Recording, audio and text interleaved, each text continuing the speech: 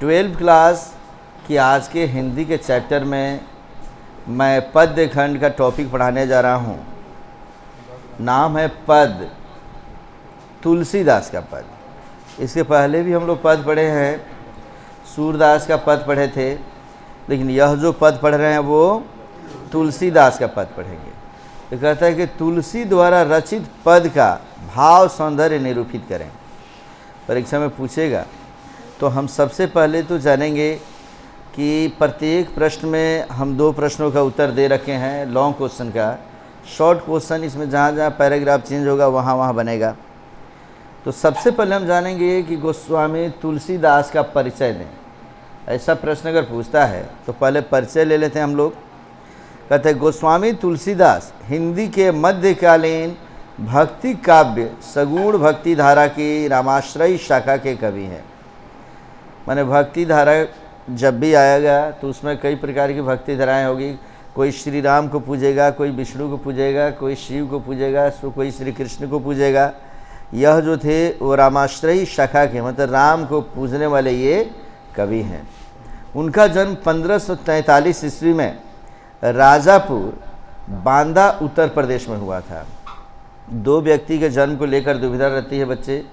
कालिदास, याद रखेंगे, कालिदास चंद्रगुप्त द्वितीय विक्रमादित्य के समकालीन थे, याद रखोगे तुम लोग। और तुलसीदास यह मुगलिया सल्तनत के समकालीन है।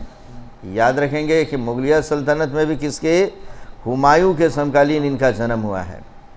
माने समझो कि 1526 में मुग़ल साम्राज्य की स्थापना होती है, इब्राहिम लोदी को पराजित करके। बाबर 1530 तक रहता है, 1530 से 1556 तक हुमायूं का शासनकाल, और हुमायूं के बाद जो शासनकाल होगा वो अकबर का शासनकाल।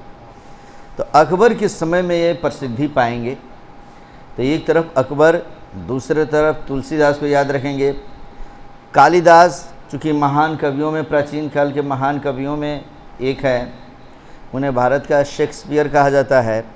वे चंद्रगुप्त द्वितीय विक्रमादित्य के समकालीन रहेंगे। ये दोनों क्वेश्चन तुम्हारे लाइफ में मिलेगा बच्चे कि कौन किसके समकालीन था। तो इनके बचपन का नाम राम बोला था। इनके माता का नाम हुलसी, तुलसी के माता का नाम हुलसी, एवं पिता का नाम आत्माराम दुबे था।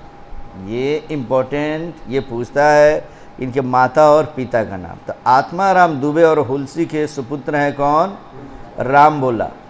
ये वही राम बोला है जो आगे चलकर समझो कि भगवान राम के भक्त हो जाएंगे, और इतने समझ लो कि राम के भक्त होंगे कि कई रचनाएं लिखेंगे, महान कवियों में एक हो जाएंगे ये। तो इसको समझेंगे हम लोग।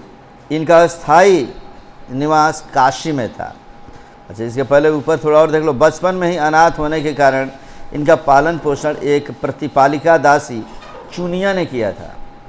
जिस प्रकार समझ लो कि गौतम बुद्ध का प्रतिपालन किसने किया, गौतमी ने किया। बुद्ध का प्रतिपालन उनकी भी माता गौतमी ने किया था। उसी प्रकार इनका देखभाल कौन करता है, हाँ, एक दासी है चुनिया, उसने किया है। और इनका स्थायी माने जो स्थान है वो कहाँ है, काशी में था। इनके दीक्षा गुरु का नाम नर हरिदास तथा शिक्षा गुरु का नाम शेख सनातन था, जो काशी के विद्वान थे। इन्होंने चारों वेद, षड्दर्शन, इतिहास, पुराण, स्मृतियाँ, काव्य आदि की शिक्षा काशी में 15 वर्षों तक प्राप्त की। काशी में विद्या अध्ययन के बाद जन्मभूमि आकर कथावाचक व्यास बन गए। थोड़ा इनके बारे में जानेंगे बच्चे। कहता है कि गोस्वामी तुलसीदास बचपन में अनाथ हो गए थे बच्चे। आगे चलकर तुलसीदास की भी शादी हो गई। शादी हुई तो इनकी पत्नी जो है एक बार अपने मायके थी। सावन का महीना था बच्चे, और इसी सावन के महीने में ये अपने घर थे। तभी इनको अपनी पत्नी की बड़ी याद आ गई। इतनी याद आई कि मैंने समझ लो कि अपने सूझ बूझ सब कुछ खो बैठे, और मध्य रात्रि को, आधी रात्रि को समझ लो अपने पत्नी से मिलने के लिए निकल पड़े। एक तरफ लगातार बारिश हो रही है, 12 बजे रात का समय है बच्चे। घर से बाहर जब निकलते हैं तो बारिश में निकलने की इच्छा नहीं होती है, लेकिन पत्नी की याद इनको इतनी सताती है बच्चे कि निकल के चल पड़ते हैं। दुर्भाग्य से समझो कि उनके पत्नी का जो घर है नदी के इस तट पे इनका घर है और नदी के दूसरे तट पे पत्नी का घर है। जब ये निकल के जाते हैं बच्चे तो अब क्या कहोगे, नदी पार कैसे करें। तो उन्हें लगा कि एक वृक्ष आ रहा है एकदम सूखा हुआ, उसी वृक्ष पे ये चढ़ गए। चढ़ के और उसके बाद समझो कि धीरे धीरे पानी में बहते हुए दूसरे तरफ चले गए।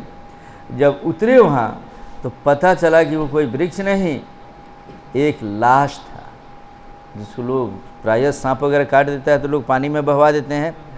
तो लाश पे चढ़ कर दूसरे तरफ चले गए बच्चे। जुनून था किस चीज़ का, पत्नी से मिलने का। उसके बाद जब वहाँ जाते हैं तो गेट तो बंद है, उनकी पत्नी एकदम समझ लो कि ऊपर छत पे है।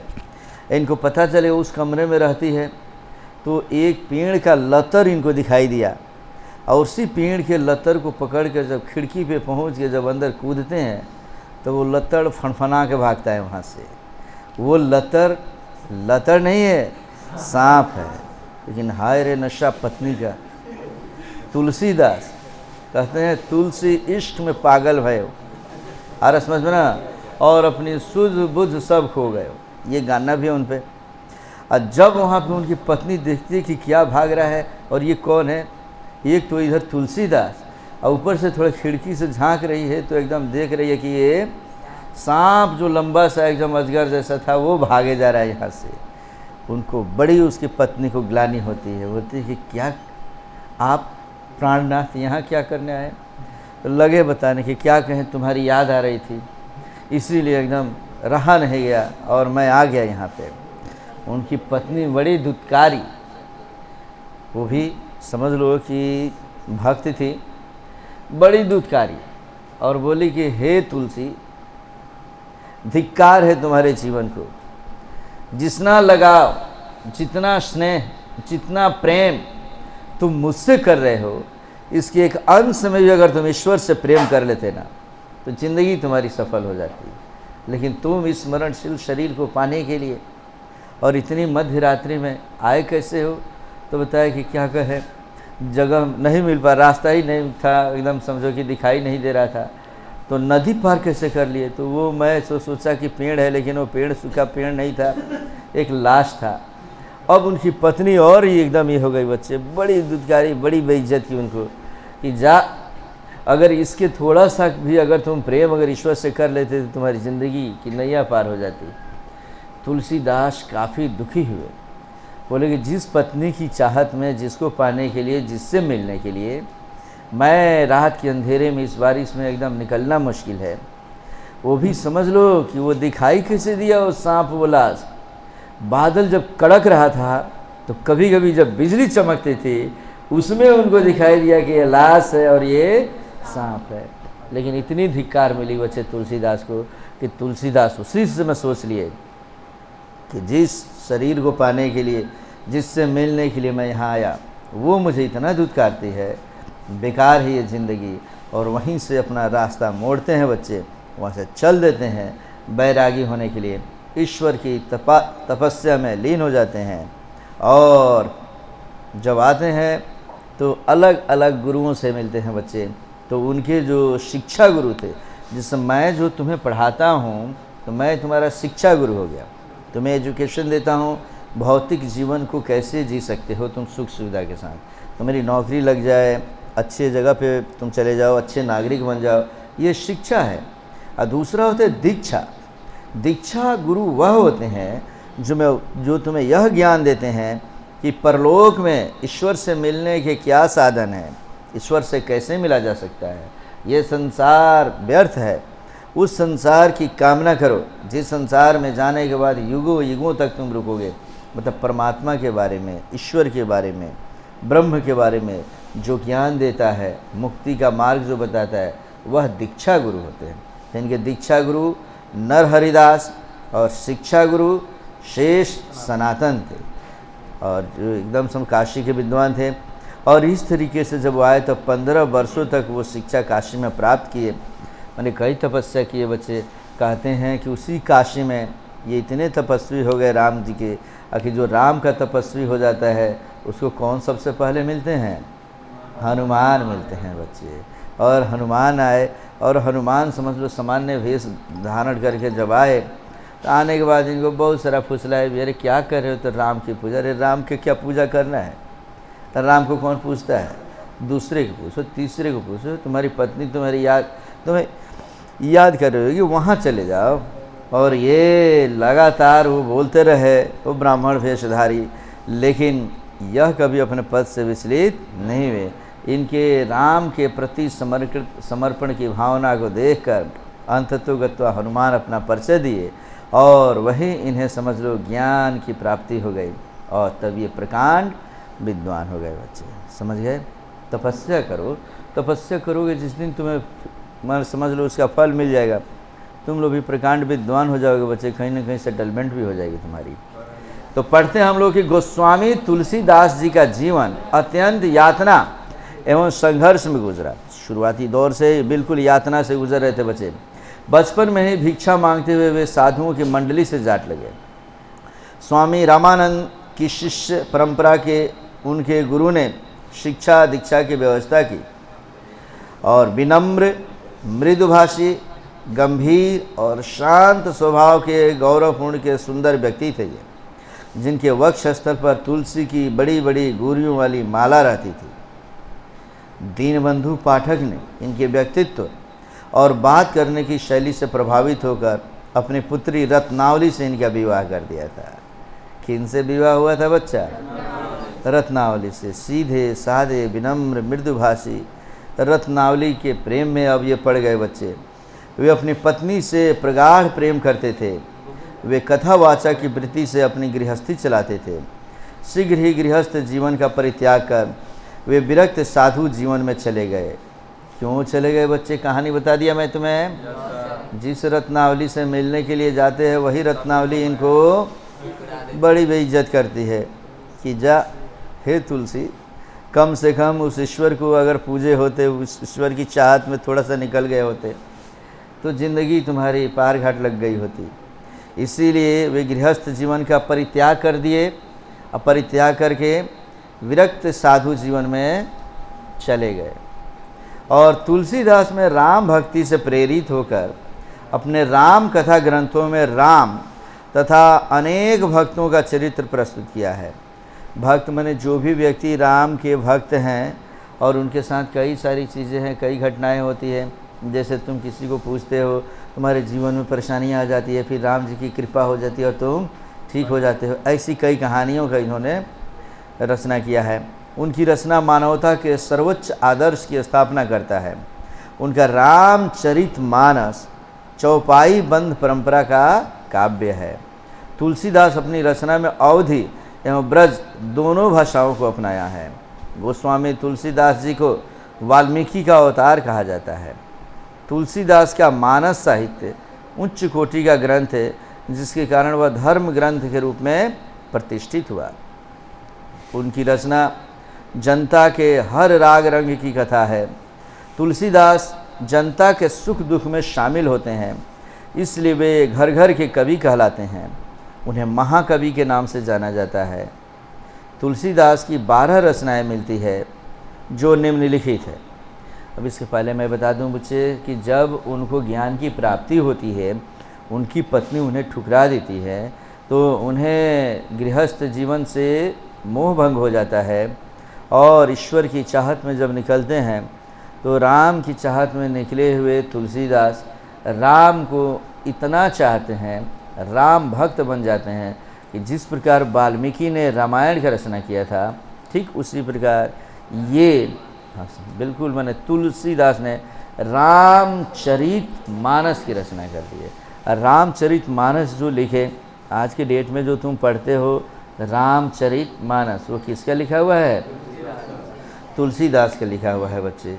लेकिन राम की चर्चा ये इतने मनोयोग से करते हैं कि रामायण तो लिखते ही हैं, रामायण के साथ साथ उसके कई छोटे छोटे अंग भी लिखते हैं, और राम के साथ साथ थोड़ा कृष्ण के बारे में भी लिखने लगते हैं बच्चे। जैसे इसने क्या क्या लिखा इनके प्रसिद्ध पुस्तकों में है रामचरितमानस। अगर पूछे कि रामायण किसने लिखा, तब हम क्या बोलेंगे? वाल्मीकि। और वाल्मीकि ने रामायण किस काल में लिखा? गुप्त काल में। क्या लिखेंगे? गुप्त काल में।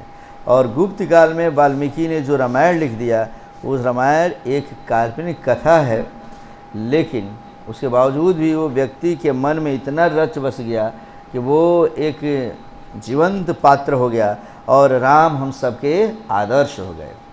आगे चलकर उसी राम की कहानी को ये सुने हुए हैं, तो पुनः राम की कहानी को कथाबद्ध मैंने समझो कि एक एक करके, और ये संस्कृत में लिख देते हैं रामचरितमानस।